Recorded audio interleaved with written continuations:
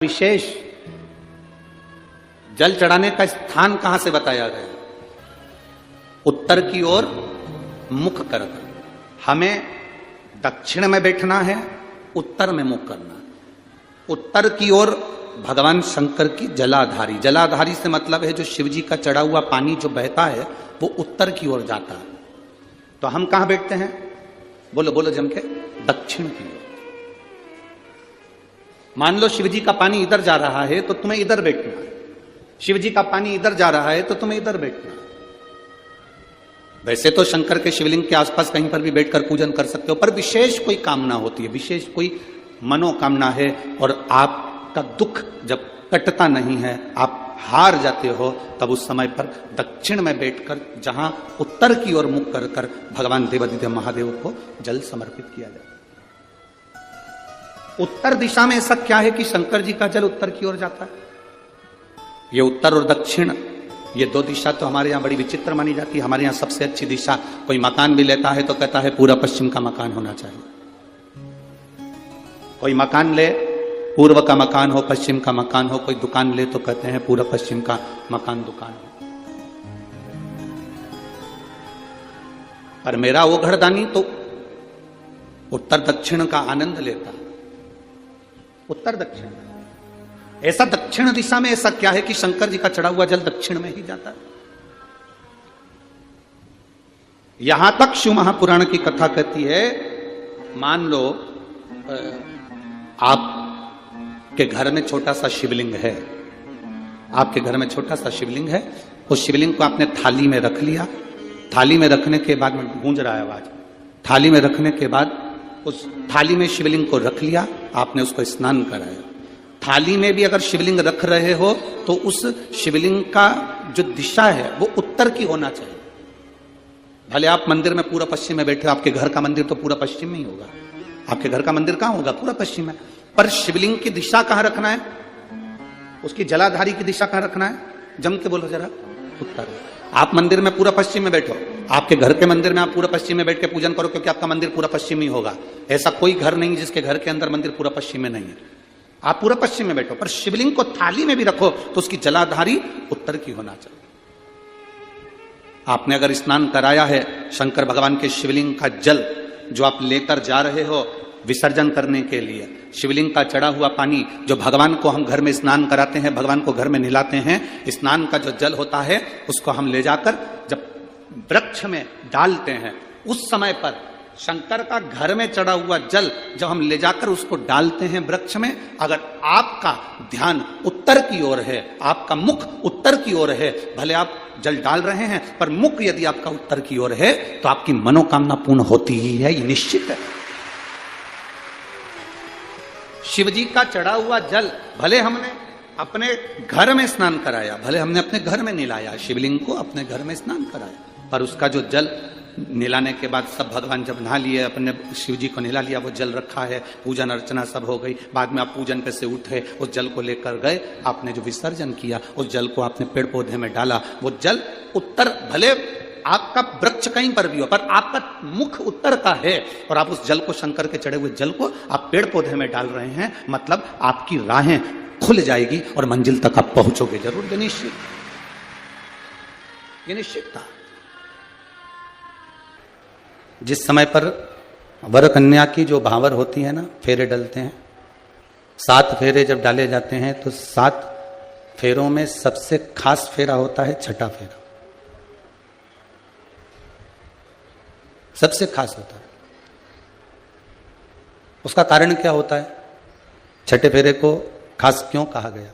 उसका केवल एक कारण कि छठा फेरा के बाद में, ये छठा जो फेरा है इसको उलट पटे का फेरा कहते हैं। अभी तक लड़की वर के दाईं ओर बैठी थी पूजन में, अब इस छठे फेरे के बाद लड़की वर के भाइयों पे जाके विराजमान हो जाएगी। अभी राइट में बैठी थी, अब लेफ्ट में जाकर विराजमान हो जाएगी। उसी तरह केवल ये छठा फेरा या 7 फेरे केवल एक ध्यान रखना कि ये केवल विवाह के नहीं है, ये 7 फेरे हमारी आत्मा और परमात्मा के भी हैं। 7 दिन की शिव महापुराण में, 7 दिन की शिव महापुराण के भीतर आस्था चैनल के माध्यम से जितने श्रोता भाई बहन इस कथा को सुन रहे हैं या फेसबुक यूट्यूब पर इस कथा को श्रवण कर रहे हैं, इनका भी फेरा हो रहा है। ये आत्मा का फेरा है, ये आत्मा की भावर है। और आज कथा 6ठे दिन की है, तो ये 6ठी भावर आत्मा और परमात्मा की है। और इसको कहते हैं उलट पट्टे की भावर। मतलब अभी तक ये आत्मा, ये मन, ये चित्त, ये वृत्ति हमारी परिवार में, कुटुंब में, कबीले में, नातों में, रिश्तों में लगी रही। अभी तक ये चित्त वृत्ति हमारी संपूर्ण परिवार में लगी रही। अब इस चित्त वृत्ति को, इस मन को निकालकर, इस मन को निकालकर, इस चित्त वृत्ति को निकालकर, इस बुद्धि को निकालकर भगवान शिव के चरणों तक ले जाकर छोड़ देना, भगवान शंकर के चरणारविंद तक ले जाकर छोड़ देना। इसी को उलट पटा कहा गया। मन को ले जाकर भगवान तक छोड़ो तो शिव महापुराण की कथा तो बारंबार कहती है, अगर एक बार ये मन, एक बार ये चित्तवृत्ति, एक बार ये आत्मा, एक बार ये बुद्धि परमात्मा के चरणों तक जाकर पहुंच गई, भगवान के चरणारविंद तक लग गई, भगवान के चरणों में जाकर बैठ गई, फिर संसार में कहीं इसका चित्त नहीं लगेगा। फिर इस चित्तवृत्ति को अगर आपने एक बार परमात्मा के चरणों तक पहुंचा दिया है, एक बार भगवान की भक्ति तक अगर ये पहुंच गई है, एक बार भगवान के पास तक पहुंच गई है, फिर इस चित्तवृत्ति को परमात्मा स्वयं संभालता है। इसको परमात्मा स्वयं संभाल लेगा। फिर इस चित्तवृत्ति को कोई दूसरा नहीं संभालेगा। फिर संभालेगा तो परमात्मा ही संभालेगा। इस चित्तवृत्ति को फिर दूसरा नहीं संभाल सकता, संभालेगा तो परमात्मा है। कल कथा में आपको कहा था, आप कथा में लग जाइए, आप भगवान की भक्ति में लग जाइए, आप भगवान के स्मरण में लग जाइए, आप भगवान की चित्तवृत्ति में, आप भगवान के नाम जाप में लग जाइए, आप भगवान के कीर्तन में लग जाइए। इधर के बक्से नहीं चल रहा है, दोनों। आप भगवान की भक्ति में, भगवान के स्मरण में आप जब लग जाएंगे, भगवान के भजन में, भगवान की भक्ति में जब आप लग जाएंगे, तो भगवान, आप कथा देखें, भगवान आपका परिवार देखेगा। आप कथा में डूबे, भगवान आपके परिवार का स्मरण कराता रहेगा।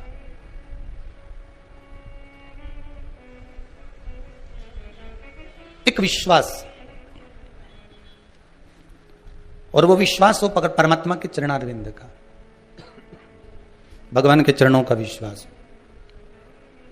एक विश्वास भगवान के चरणारविंद का हो।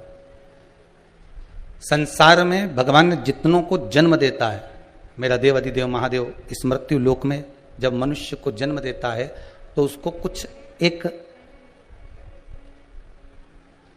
करोड़ों के हीरे जैसी कुछ टैलेंट उसको ऐसा देकर भेजता है,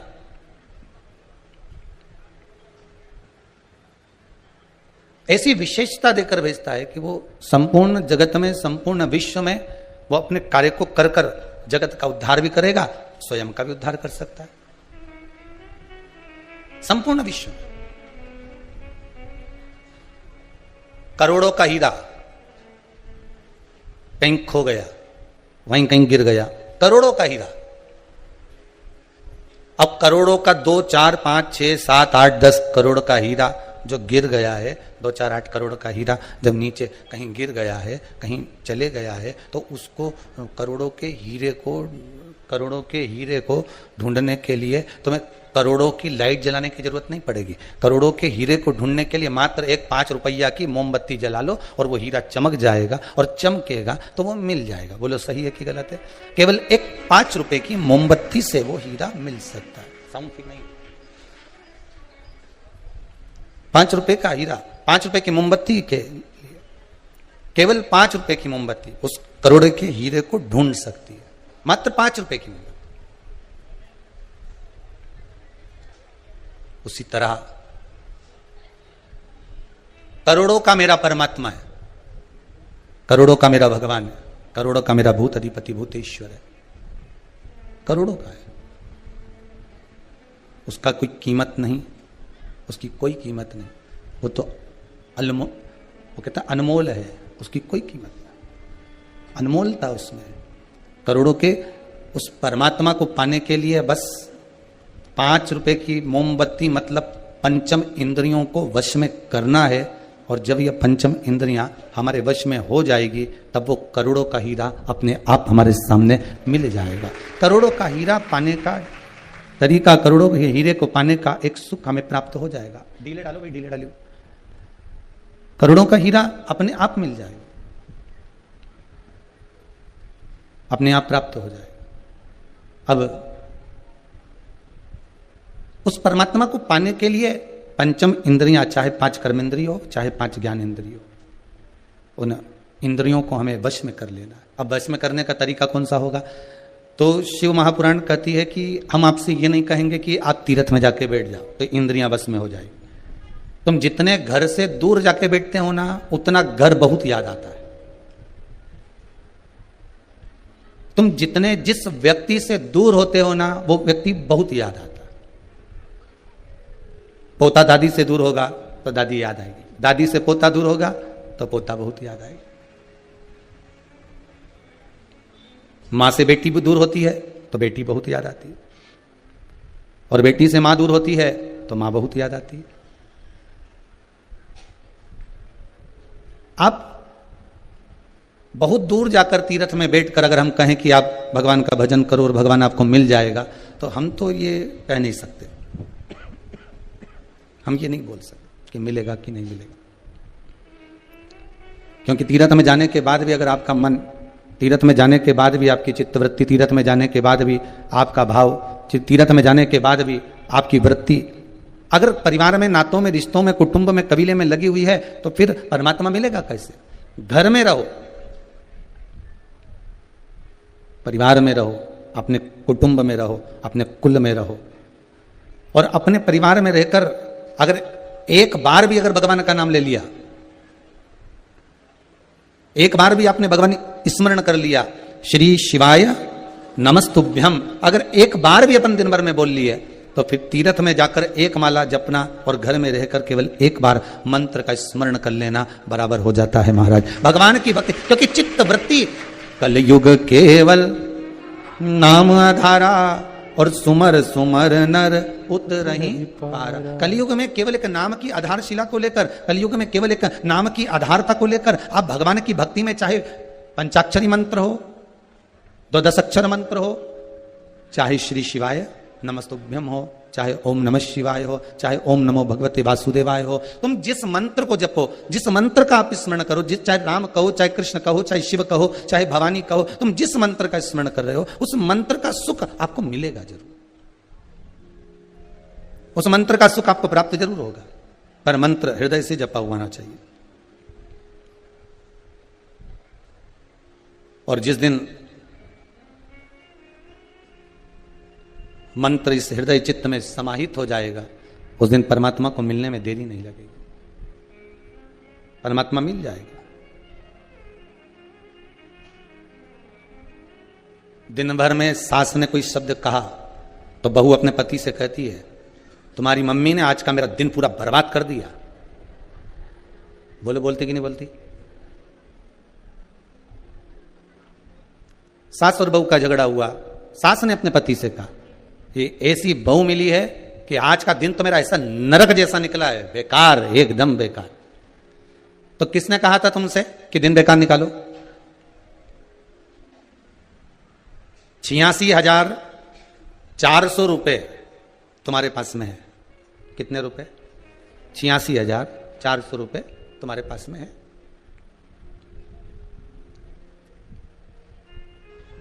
और मान लो 86,400 रुपए में से 10 रुपए तुम्हारे किसी ने चुरा लिए,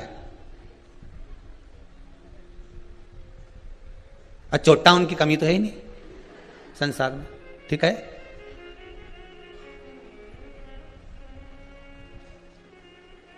पहले भी कथा में कहा, जो भगवान को दिए बिना अकेले ही खा जाए वो भी चोर है।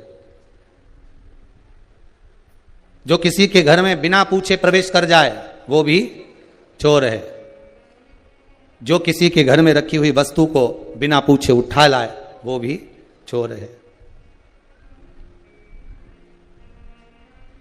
किसी वस्तु को, दूसरे की वस्तु को अपना प्रेषित कर दे वो भी चोर है।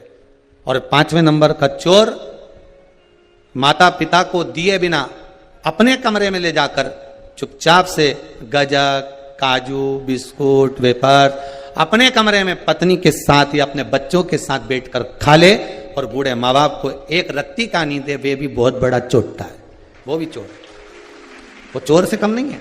तो चोर तो बहुत बड़ा है। तो मालूम पड़े 86,400 रुपए तुम्हारे पास में है और उसमें से 10 रुपए मान लो किसी ने चुरा लिए, 10 रुपए कोई ले गया। अब 10 रुपए तो ले गया, अब बचे 86,390। अब तुम क्या करोगी?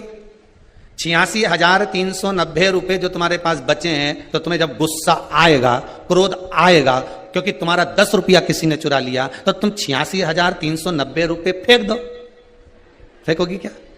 अरे बोलो तो जम के, नहीं फेंकोगी ना? बस इतनी तो समझदारी चाहिए शिव महापुराण में कि 86,400 रुपए में से 10 रुपए अगर किसी ने चुरा लिए, तो तुम जब 86,390 रुपए नहीं फेंक रही हो, तो यही तो शिव पुराण कह रही है कि दिन भर में 86,400 सेकंड प्रत्येक मनुष्य को मिलते हैं। कितने? 86,400 सेकंड प्रत्येक मनुष्य को मिलते हैं जिंदगी को जीने के लिए, प्रत्येक दिन में, प्रत्येक दिन भर में। अब 86,400 में से 10 मिनट अगर कोई तुम्हारा माथा खा गया, लड़ाई कर ली, झगड़ा कर लिया, विवाद कर लिया, तो क्या तुम पूरा की पूरा 86,390 रुपए फेंक दोगे क्या? तो फिर वो 10 मिनट के चक्कर में, 10 सेकंड के चक्कर में तुम अपनी पूरी 86,390 सेकंड को क्यों बर्बाद करते हो? आग लगे बस्ती में अपन रहे हो मस्ती में। वो 10 सेकंड जो गए ना, उनको जाने दो। जो 10 सेकंड लड़ाई हुई है ना, विवाद हुआ है 10 मिनट का, उसको जाने दो। और बाकी का जो दिन भर है, उसको तो अलमस्त निकालो। अगर वो लड़कर भी चली गई, तो तुम तो खजूर वाली चोटी बना के उसके सामने 4 बार जाओ। कौन मना करे तुमको? बाकी का तो सुधारो कि 86,390 फेंक दोगी। वो 10 सेकंड के चक्कर में, 10 मिनट के चक्कर में अगर 10 रुपए कोई चुरा कर भी ले गया, ले जा, कितने दिन खाएगा? बोलो तो जम के, कितने दिन खाएगा? 10 लाख भी चुरा कर ले जाएगा तो कितने दिन खाएगा? चुरा कर अगर कहीं का प्लाट भी ले लेगा, तो उस प्लाट में क्या सुख से रह लेगा? विचार करिए जरा। मकान भी ले लेगा तो क्या उसमें सुखी रह लेगा? क्या नहीं। वो 86,400 में से 10 रुपए अगर चले भी गए हैं, तो तुम बड़ी मस्ती में अपनी जिंदगी निकालना, क्योंकि तुम्हारा वो 10 रुपया जो लेकर गया है, तुम्हारी जिंदगी में कोई ऐसा कर्म होने वाला था, कोई ऐसा दुख आने वाला था, कोई ऐसी तकलीफ आने वाली थी, उसमें से वो चुराकर दुख तकलीफ को लेकर चले गया। अब तुम्हें सुखी कर गया, तुम्हारा जीवन सार्थक कर कर चले गया। आपकी जिंदगी में भी कई ऐसे आएंगे, विश्वास में आपको लेंगे, भरोसे में आपको लेंगे, जी जी दे दे, मैं तेरे को वापिस लौटा दूंगा, तू मेरी बात तो मान ले, तू तो मेरे रिश्तेदार है, तू मेरा नातेदार है, तू मेरा कुटुंबी है, तू मेरा अपना है, तू मेरा अपना है, कह कह कर प्रेमवश, स्नेहवश तुमको डोलाएंगे। मैं तेरे को इतना ब्याज दे दूंगा, मैं तेरे को ऐसा कर दूंगा, मैं तेरे को वैसा कर दूंगा। इतना विश्वास जिसको 10 साल देखा, 12 साल देखा, 15 साल देखा, और साथ रहना, साथ पाना, साथ घूमना, साथ जाना, और विचार करिए, और मान लो वो तुम्हारा 10 रुपया ले भी जाए, तो फिर विश्वास तो टूट गया।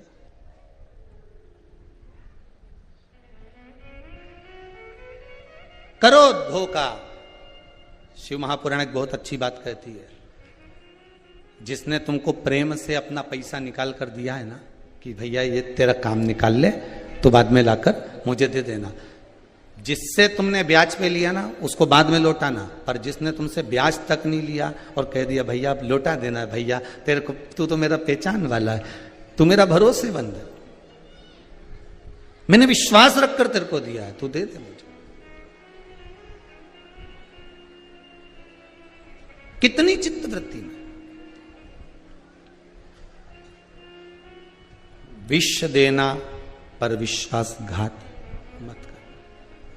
और आपसे भी निवेदन है, बारंबार डीले कम करो, करबद्ध निवेदन है, बारंबार निवेदन है, करबद्ध निवेदन है कि विश्वास यदि करना तो देवाधिदेव महादेव पर करना। रामचरितमानस में एक लाइन बड़ी सुंदर लिख दी है कि शंकर विश्वास रूपिणो, शंकर विश्वास रूपिणो।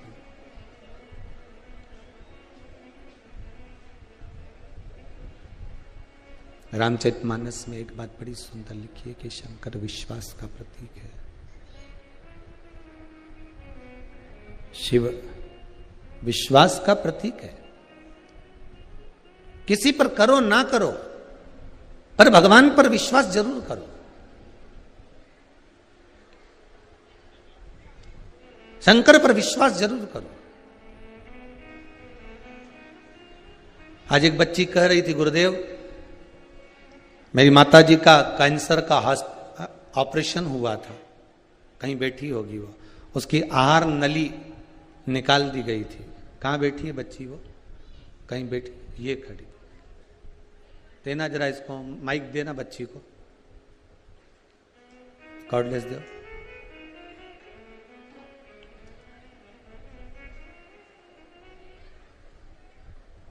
शीघ्र जाके दो।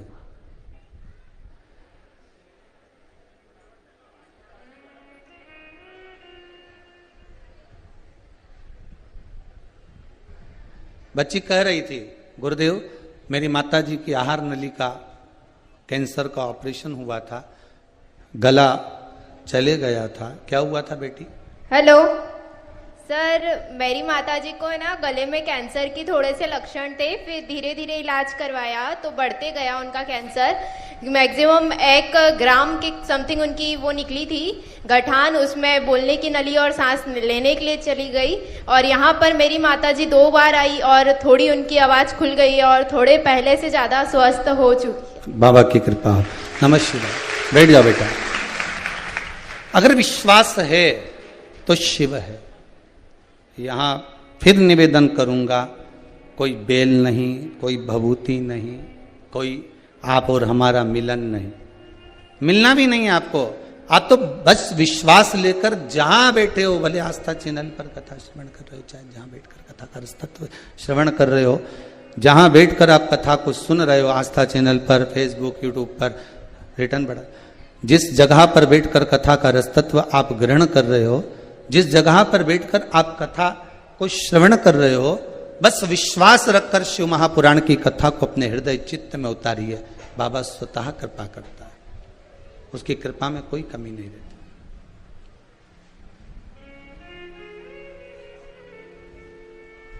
शंकर पर विश्वास,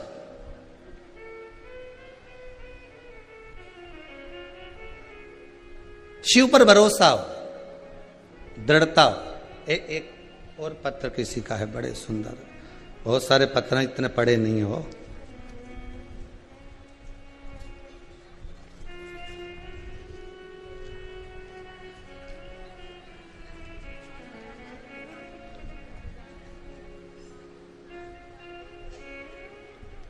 कोई जागृति सिंह गोत्र केशव है, कहीं से है, ये स्थान नहीं लिखा इसमें।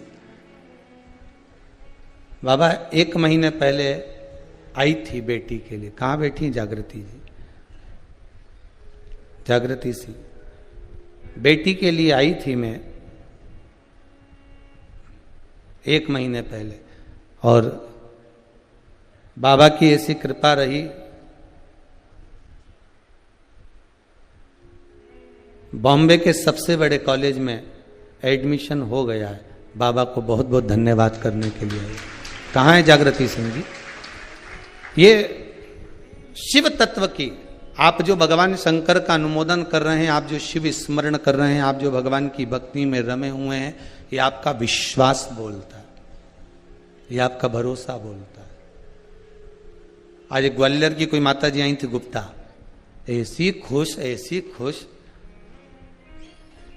कहीं बैठी हो तो बताना भैया। ग्वालियर की गुप्ता ऐसी खुश थी, हमने पूछा क्या मिल गया आपको जो इतनी खुश हो?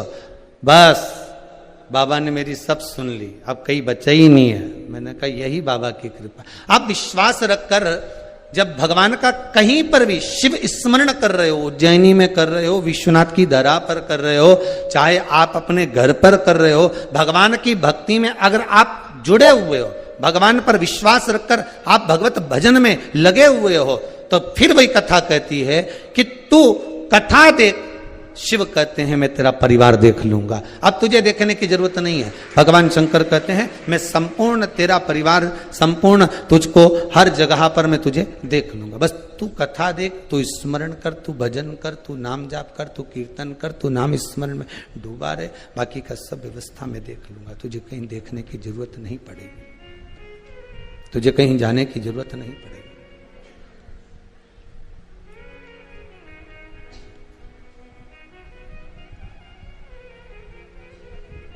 शिव कथा